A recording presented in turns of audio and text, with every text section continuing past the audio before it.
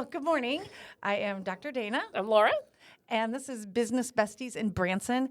And this morning we are so excited to talk with Lisa. Lisa, will you introduce yourself just a little bit? Sure. Hi, I'm Lisa Lister. I'm actually the owner of Lister Property Partners here in Branson. We're brokered by EXP. I'm the team lead for us. I'm a realtor in the area. So originally not from here, as you can probably tell. I do joke and say, when people ask me, I get are you in shows? No. Where are you from? Why are you here? And so I just say Arkansas now, and it just makes everyone quiet. And they kind of think, maybe, oh, okay. And they just turn around and walk away. So but we've been in Branson for 6 years. Before that, obviously in England. And then before that, we were in Chicago for some time. We've got family down here. So that's the reason we chose to sell up completely in England and come to Branson. Wow. Not Chicago. Yeah, We've still got friends in Chicago up there, but we were like, it's more important to have family near you. And what the Ozarks have to offer our children growing up is, supersedes anything we could have got in the suburbs of Chicago. So, absolutely. Yeah. You never know what you're going to get in the suburbs of Chicago. Oh, my gosh. No kidding. So coming here. Thank you for explaining that, too, because I know that is like the number one thing people ask you. All why the time. Branson? Because you have this beautiful voice and this beautiful accent, and we could talk to you all day. So I'm just going to get that right out, because you said, people say this. We may be here till lunchtime. Cancel the next meeting.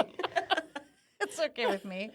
Oh, my gosh. Well, I think Branson is a wonderful place to live. I mean, Me too. It has so much to offer. I mean, just beyond, jobs or family, you've got beautiful scenery, you've got lakes, and then you talk about amenities. We've got restaurants, you've got an airport so far away, you've got shopping anywhere you want to go shopping. Schools are good schools. We got a college here in town. Right. That's free. That's free. You have to work your ass off, but it's free. And so we've got a lot to offer everybody. It's not just people say, why did you end up in Branson? Well, why not as well? It's what I like to say. Why wouldn't I do that? I mean, the opportunities that we've had as a couple have opened up hugely in this town. And I just hope the kids have the same thing, whether they stay here or not. They can go wherever they want in the world. We're not trapping them to any country, let alone any town. So did you open the EXP? Is that your original business? So EXP is like a cloud-based brokerage, and it's worldwide, not just nationwide. Okay. So I actually knew some realtors in England who were brokered by EXP. So they're a cloud-based brokerage, and then it allows you to, I don't hold the liability, I don't hold the insurance, I don't hold anything like that. They have all the compliance for me now. So when we do all of our contracts and paperwork, it goes to them to do the compliance and then comes back to us with any checkers, to get sorted before closing. So that is a brilliant concept. Really, really good. And it means you can brand yourself as yourself, and I just have to have brokered by EXP in the corner. So it really works really well for people who don't particularly want to get their broker's license, don't want that liability, and they want the tech, which I couldn't afford to pay for the tech every month. It costs me thousands of dollars every month just to support the team. So it's a really good option.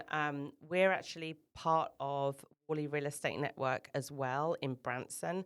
We've got maybe 3 or 4 teams now in our office. So we've kind of still got that family feel.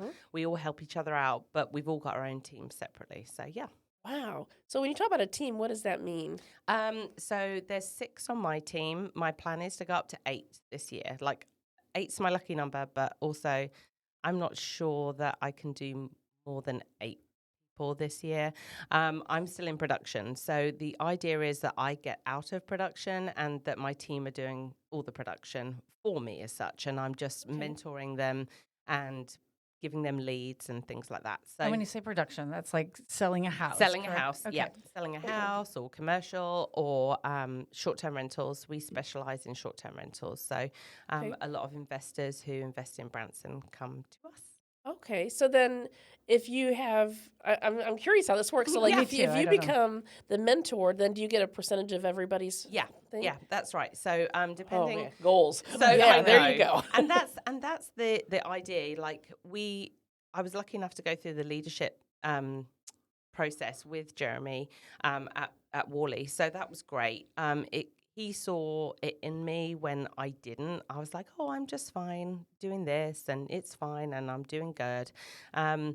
But he was like, you've got so much more to offer, and just pushed me towards it. So I was really pleased that he did that, and me teaching people, I'm going to do it regardless. I'm going to check over their paperwork with a fine tooth comb regardless. So why am I not earning from doing that? You know, that's Absolutely. not Wow. free to do Right. that. No. So lots of brokerages take like 50% split of people's commission. Now, I'm not an advocate for that. Luckily with EXP, we can do what we want. So for me, I have different stages. First year, it's 25%. Second year, it's 25% or 10%, depending on the lead. And then after that, it's just 10%. I just take 10% of their commission check. So if it's $1 million property, that's $3,000 to me. Yeah. Okay. Oh, Yeah. Wow. that makes sense. Wow. Okay. Well, yeah, but that's wonderful because like building up your team to get that. But the reality is that what you can offer them as a leader Yeah. is innumerable. Yeah. I And mean, that's the thing. My husband said to me at the beginning of all this when I became a team lead that why would you be giving one of your team $1 million lead? Why? I mean, we don't take home $30,000, just so everybody understands Right. that. You know, there's a lot of brokerage splits. We Sure. have to give some to EXP as well.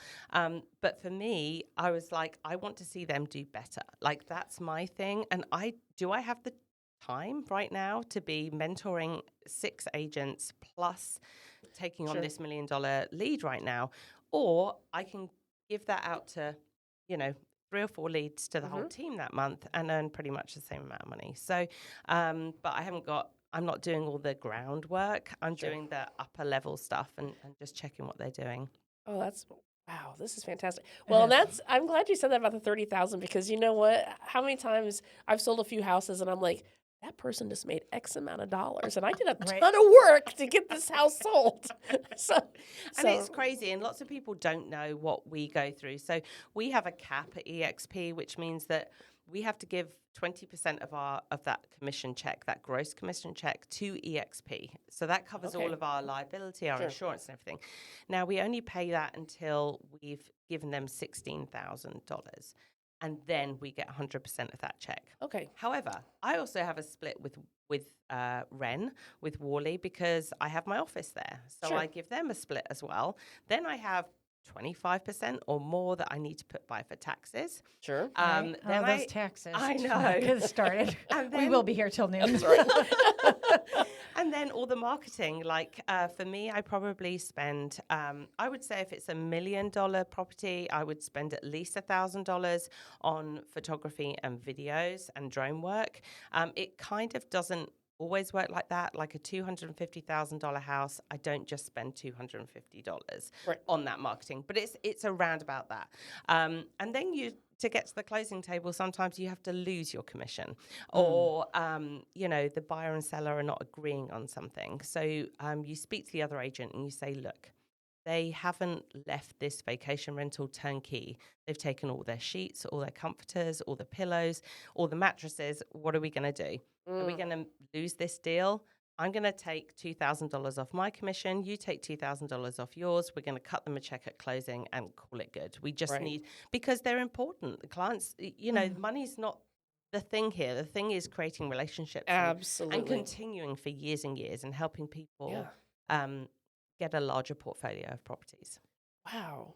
I really love that idea because a lot of times people think, well, I just buy a house and that's it. Like, you know, I'm going to live here all my life and die and retire. My kids will sell it for 50 cents in a yard sale, you know. So it's good to hear, like, you want to build relationships and, like, let's buy more houses, you know, bigger houses, better houses. Yeah, or additional houses. Right. That's what I was lucky enough to sell my house in England and buy my house in Branson for cash because that's the difference. It's New York prices over there. Wow. So I was able to do that, and we moved here when I was 39, I think, or 40.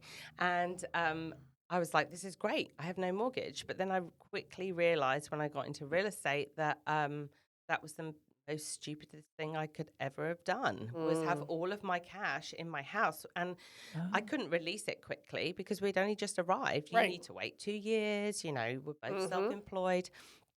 So for me, it was a slow, gradual progression. But now I've had three short-term rentals in Branson. I sold one of them to one of my clients because they were desperate for it. I was like, oh, sure, there we go.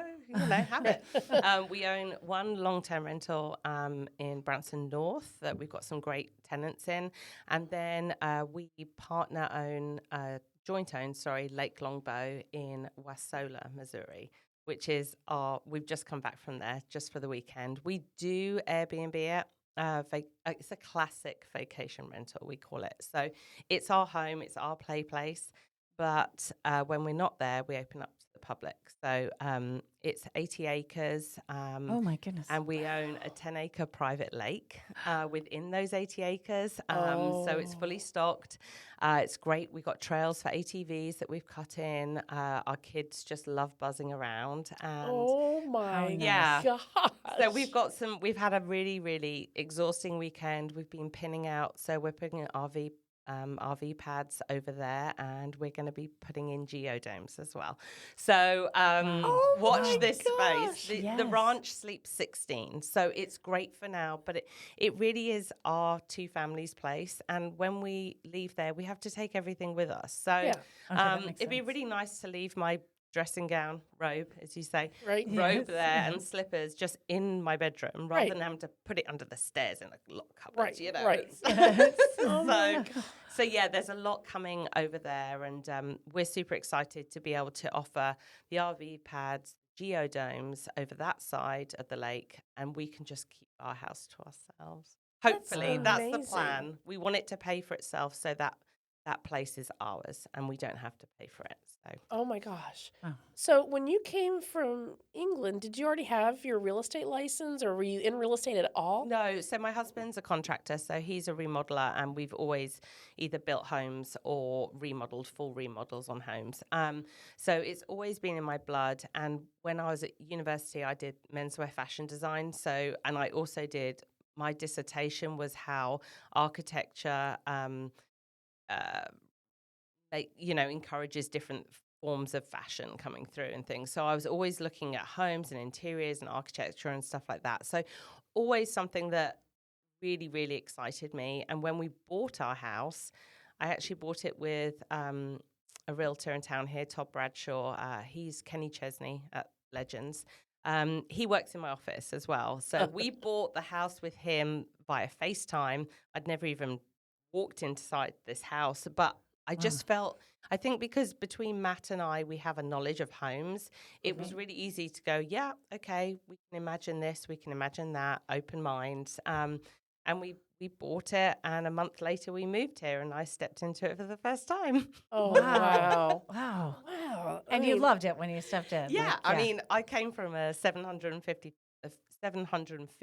square foot 2-bedroom home in England, and now with 750 square feet, no garden, and now we have just over an acre, and it's a 3-2, a modest 3-2, but we've expanded and we've upgraded, and it's just what we can do. But to have that in the UK would, oh gosh, be almost $1 million, I would say. Holy cow!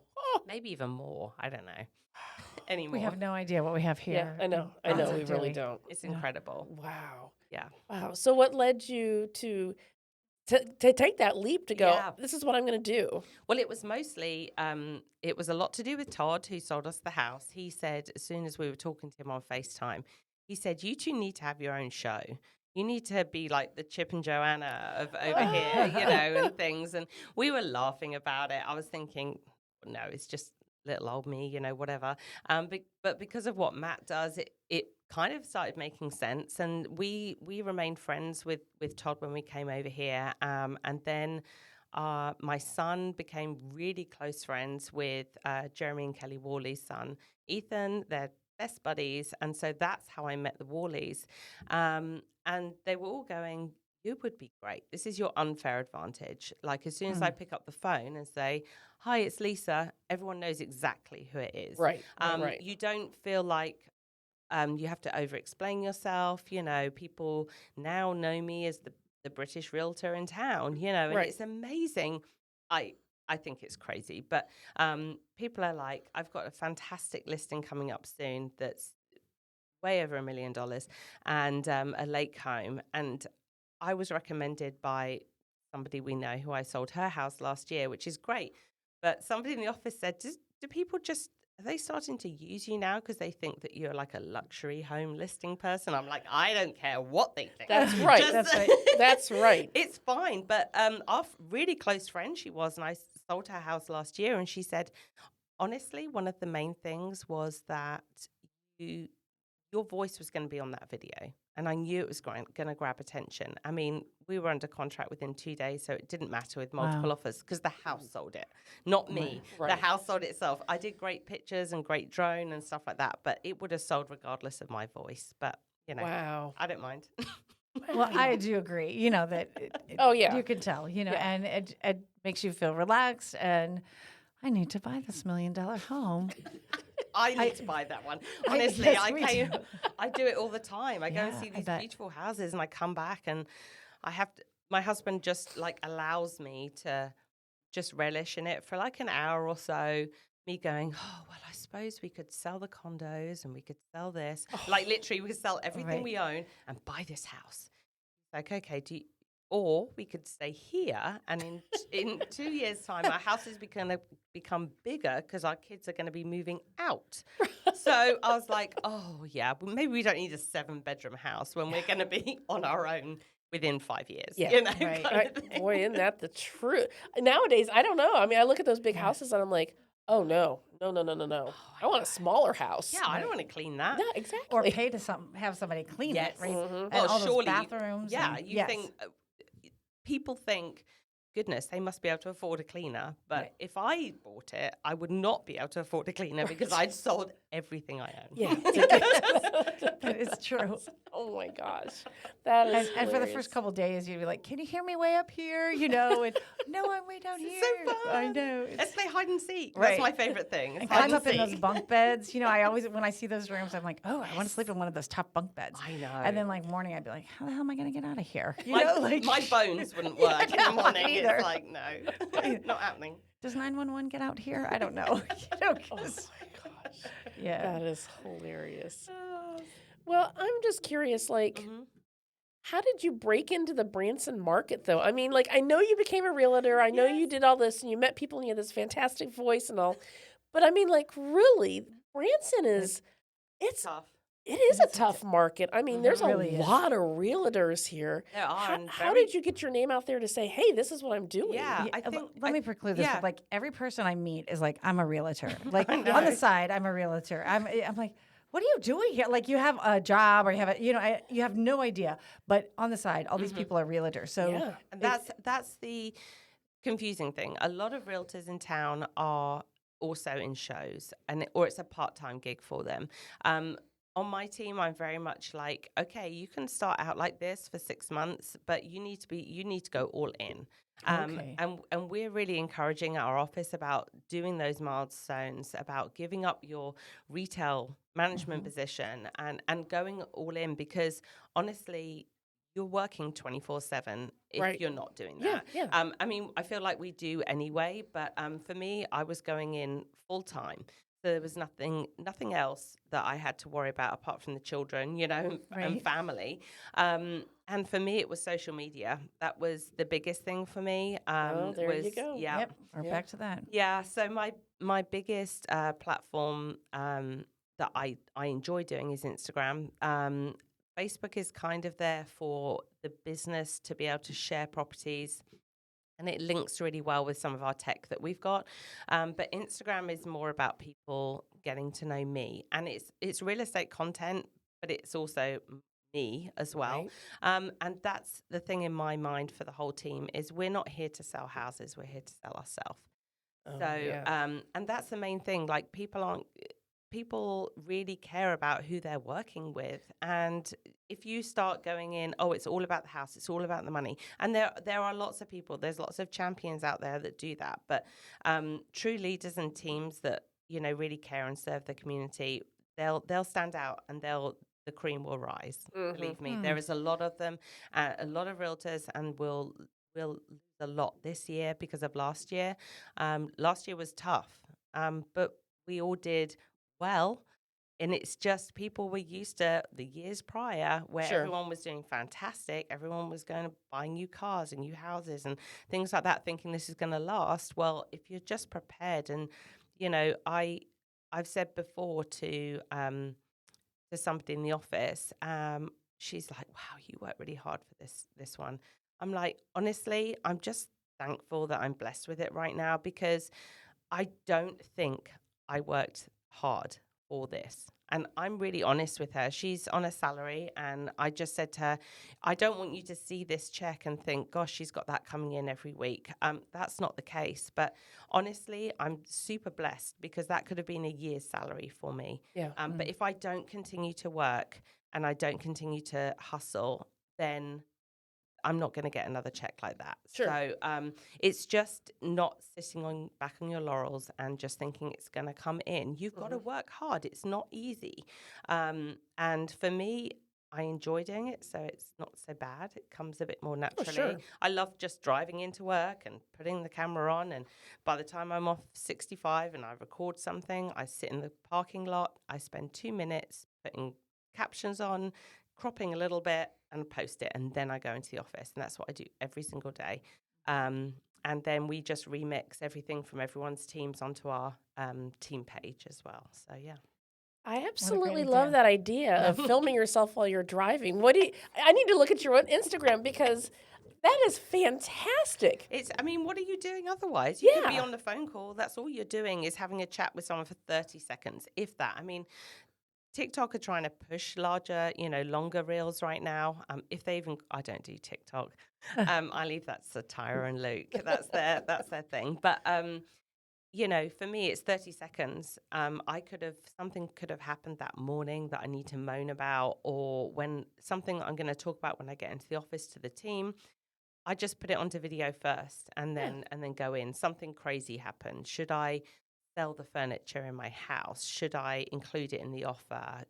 And we just talked about balancing out renting extra pods and removal costs. And do you really like this couch that much? Because when you get to the new house, you're probably going to want to change anyway. So let's just give it to them, or roll it into some negotiations if they really love it.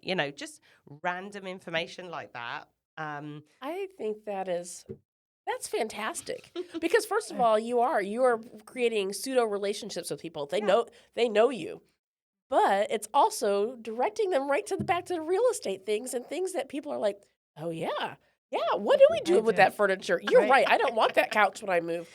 And also just making people really think about it. Like, let's boil down.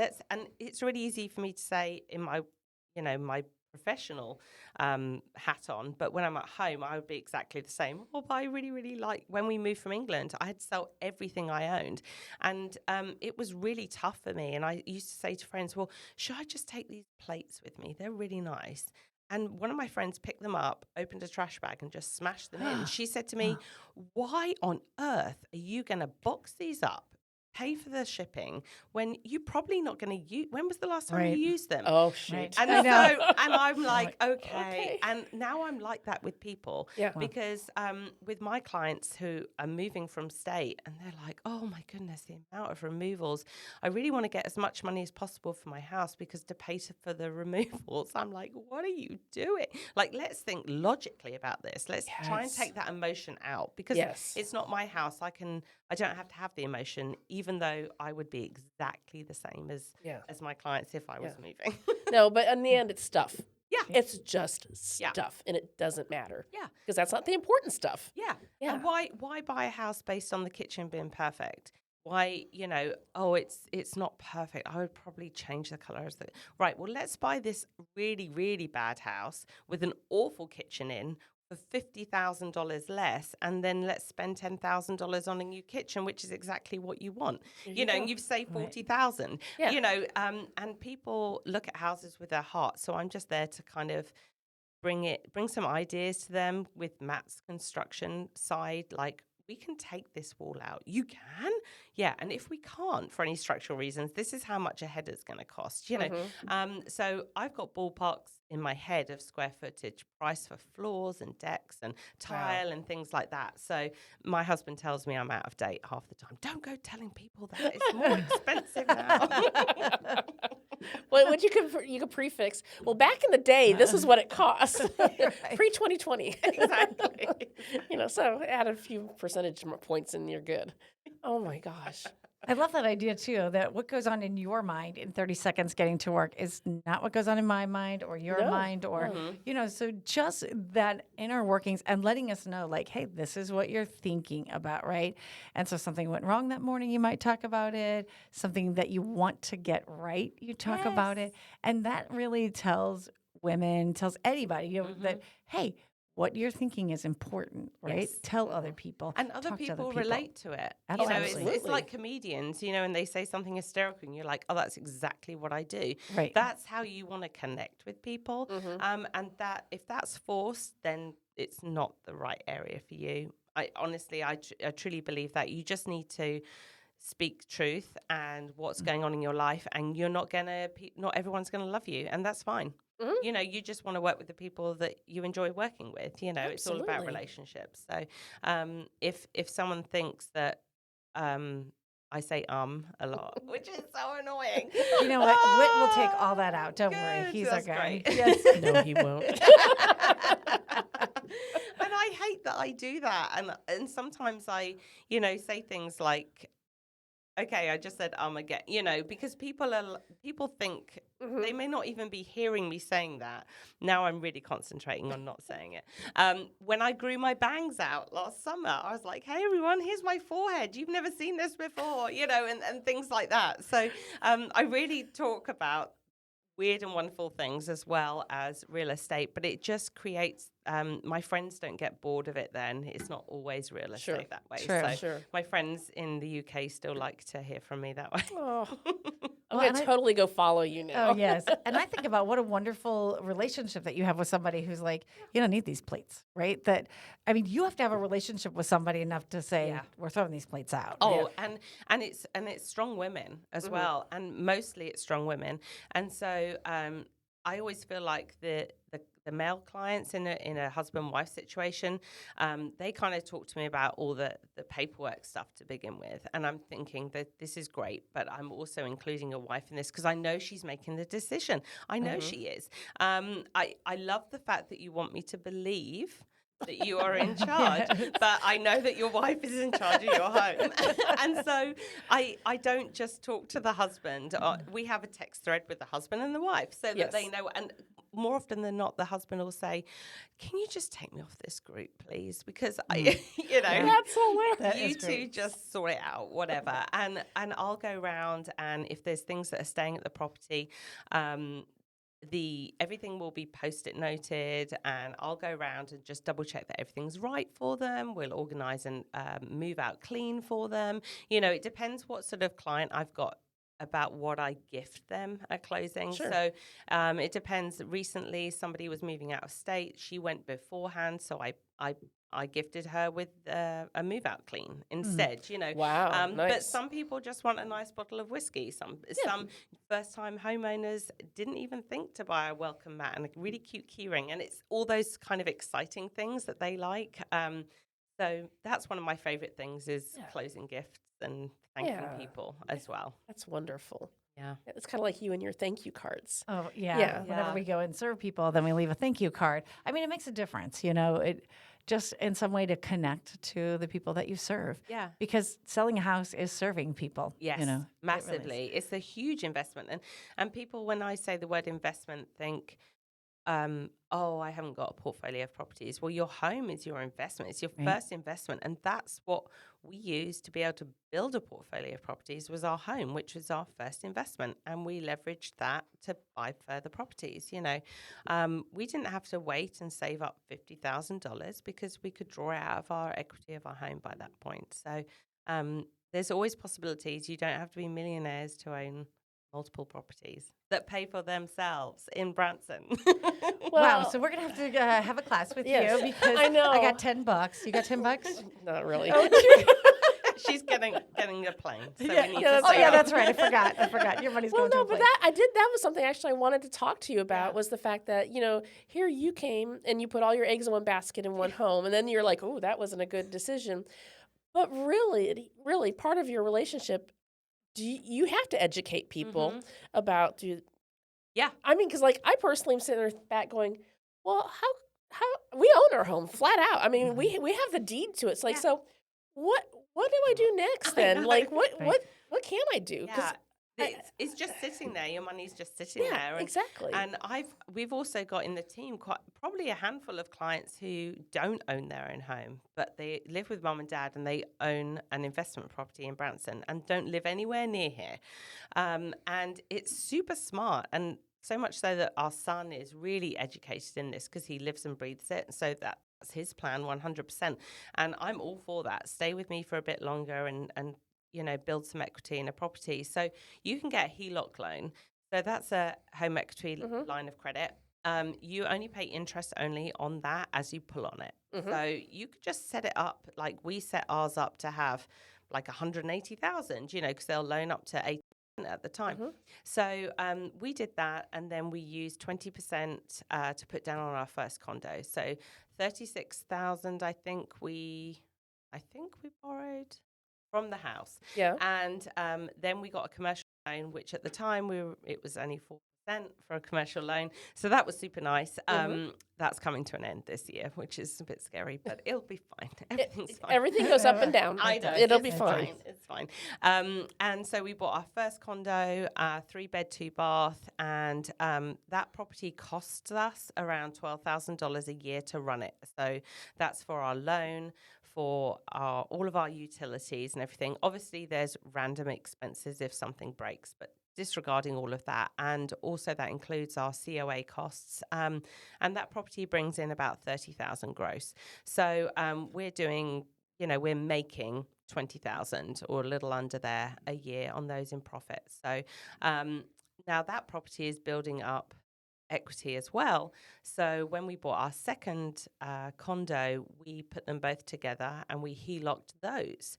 So we used the equity from both of those properties, which had around 100,000 each in by that point. And then we bought Lake Longbow with that. Had to draw out quite a considerable amount of money for that one. And Lake Longbow's not paying for itself by any means right now, but that's because we use it too much. Well, and you're also doing construction with it, so a lot of remodeling there happening. So that's fine, but that, the fact that I'm not paying for my tenanted property in Branson North, the rent's almost covering it, not quite, but and both the condos are also paying for themselves. So really, I own 3 properties that I don't pay for, but are in my portfolio.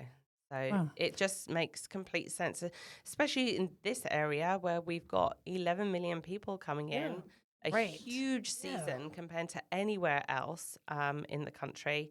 And we've got shoulder seasons, peak and shoulder seasons, but also December is almost peak rate for us if you own a property over here.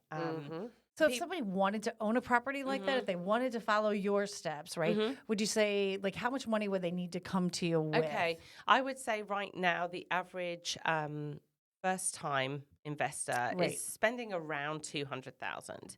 So you're going to need 20%. So you're going to need $40,000 for a $200,000 property. And you could find a $200,000 property without any problem. Yeah, without a problem. I've got a couple who are from Kansas City. They're first-time investors. We've got one under contract in Fall Creek for 180. Around that. So that's a 2-bedroom.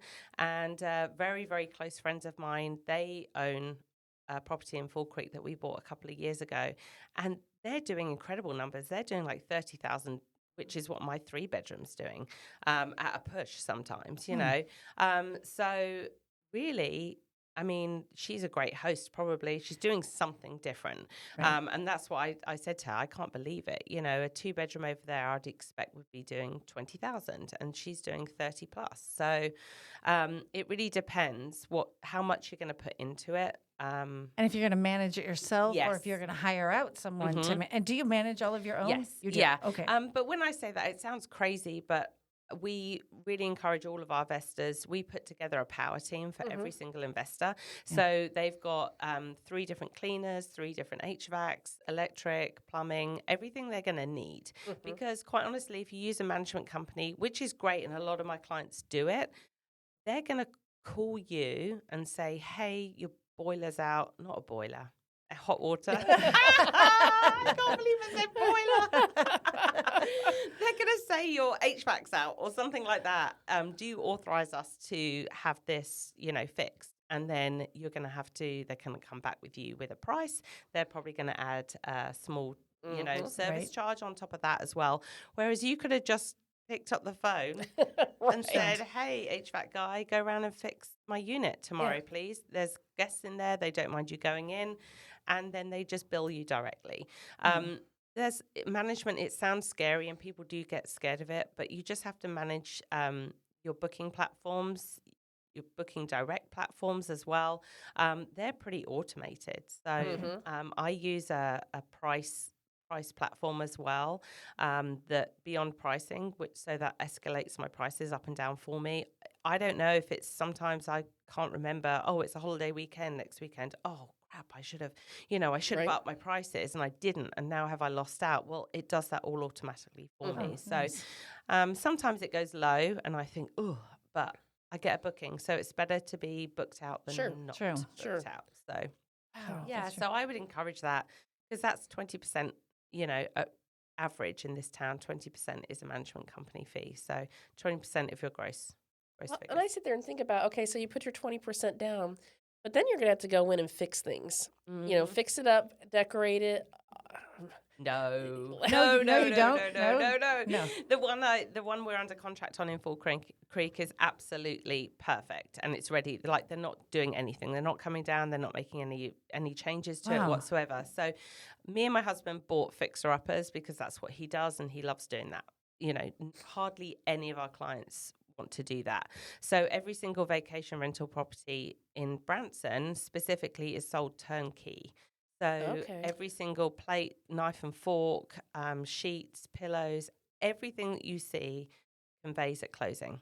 So there's a huge value in that as well. Oh, absolutely. Yeah. So really the seller does all of that work to get the buyer to buy it. Yeah. Basically. And also the sellers wanted to make that a profitable business. So on every listing, we ask for numbers, we ask for P&Ls from the previous seller, and if somebody is getting a DSCR loan, which is based purely on the profit of that property, the loan company need those numbers for like 2 or 3 years before, because that's what they base their lending on. Otherwise, we just want to run numbers for our investors and show them that, yes, it looks like it's plausibly making that much money. This is what your cap rate is this year. And we like to be conservative. So I always bank on 160 to 180 nights a year being booked out, which when you think about it, that's half a year. Right. So what do you do with the rest of that? Well, you can market it more, you can get more income, or you can gift it to charity or to mission missionaries coming into town. You can do that. That's actually a great tax write-off as well to be able to do that. Or my sister's coming over in August and she's having my condo. I'm not charging her for the condo, Right. So it's great when I don't want my family in my house. Right. Yeah, that's right. This is worth the money. Yes, Right. It's perfect. Wow. Yeah. Wow. It's kind of a no-brainer. I think and a lot of younger investors get really caught up with credit and credit scores and worried about, can they afford to do this? Well, these DSCR loans, allow you to be able to do that. It's all based on the income of the property. So get with a realtor, find a well-performing property, and they don't even run credit on you. It's all based on the property with 20% Wow. down. I didn't don't know it. any of this No. stuff. Like, And this is you amazing. say, like, it's a no-brainer, Yeah, but I'm like- we don't have a brain at all. Like, because we obviously, didn't I'm know stupid. that, right? I didn't know you could do this. No, we had I no know. idea. And it's really easy for me to be bold about it because we do it all the time. Right. But I'm telling you, when I signed my first contract, when we bought our first one, I read that contract over and over again, and I wrote it. So it was like, everyone's like, what are you doing? Just sign the piece of paper, for goodness sake. But it's nerve-wracking. But when you do it every day and talk to people about it, they're like, oh, you seem like it's okay. I'm like, yeah. And if they trust you because they've got to know you and you've served them for maybe years ahead before they take the plunge, then when the time comes that you say, here's a great property in this area, we've looked around this area before, do you remember that one? Yes, you need to jump on it now, like now. I will go and do it, but we need to write up the offer now. And they go, okay, let's do it. Okay, fine.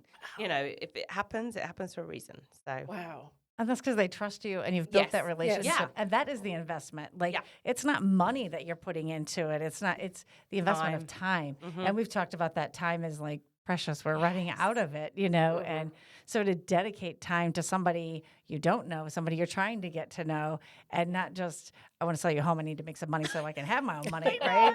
Yeah. It's crazy. And often we don't even meet our clients ever.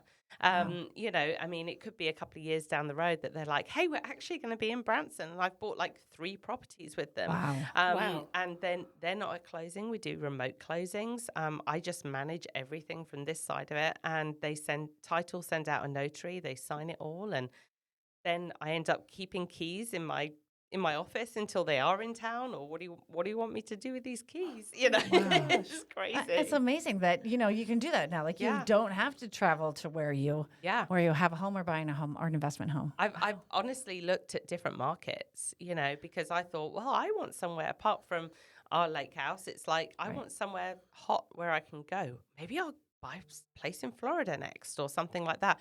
Well, the numbers don't make as much sense as Branson. It's insane. It's so crazy that we can look at all these different markets, and where we're actually living is the best option right now. It's mad. It's absolutely I had mad. no idea. I didn't either. And I don't think people who live here realize that, because they're like, No. what are you doing in Branson? Why are you here? All these visitors coming in, blah, blah, blah. But if local people own some of the investment properties, they'd be like, yes, bring on the visitors. Let's encourage this. It's great for our town. But I don't think people know that. I don't know that, right? Like, I don't know, I can give you some money and I can invest, and then we can start to make some money on the people who are coming to town. Because most people are just like, these people are in my way. I can't drive down 76, you know, so I have to, you know, like go 40 miles out of the way just to get to Walmart because of these people.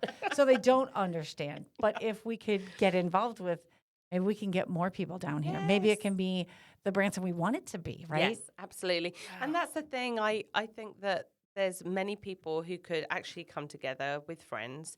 And if you're too nervous to do it with one of you, like, come together and buy a place together. It doesn't need to be a huge one, but the first one you buy, it's going to be creating equity the entire time. So you're going to increase the value of that property while it's paying for itself and you're making money. My thought is, as long as it's paying for itself, I don't care. Well, that's true. But my investors want it to pay for itself and have a little bit of income from it, which everyone's different. You know, that's fine. But when it comes to the equity, you can then use that one property and buy your next one. So it's very addictive. It's never ending. It's a bit like a drug. Oh my gosh, I can see this. I'm like, my wheels are turning going, holy cow, this is a whole different ballgame. Wow. And people talk about oversaturation. Oh, you've got so many vacation rentals. Well, how many are being built right now? Oh. No. How many visitors do we have? 11 million. I mean, the percentage of properties we have for the amount of visitors we have is super low, actually. And that's why we've got Hiltons, and that's why we've got all the big hotels as well here, because there isn't enough.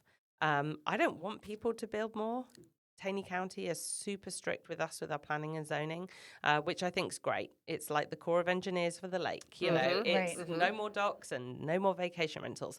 So buying another vacation rental, that is smart because we're always going to have people coming to Branson, always. Right.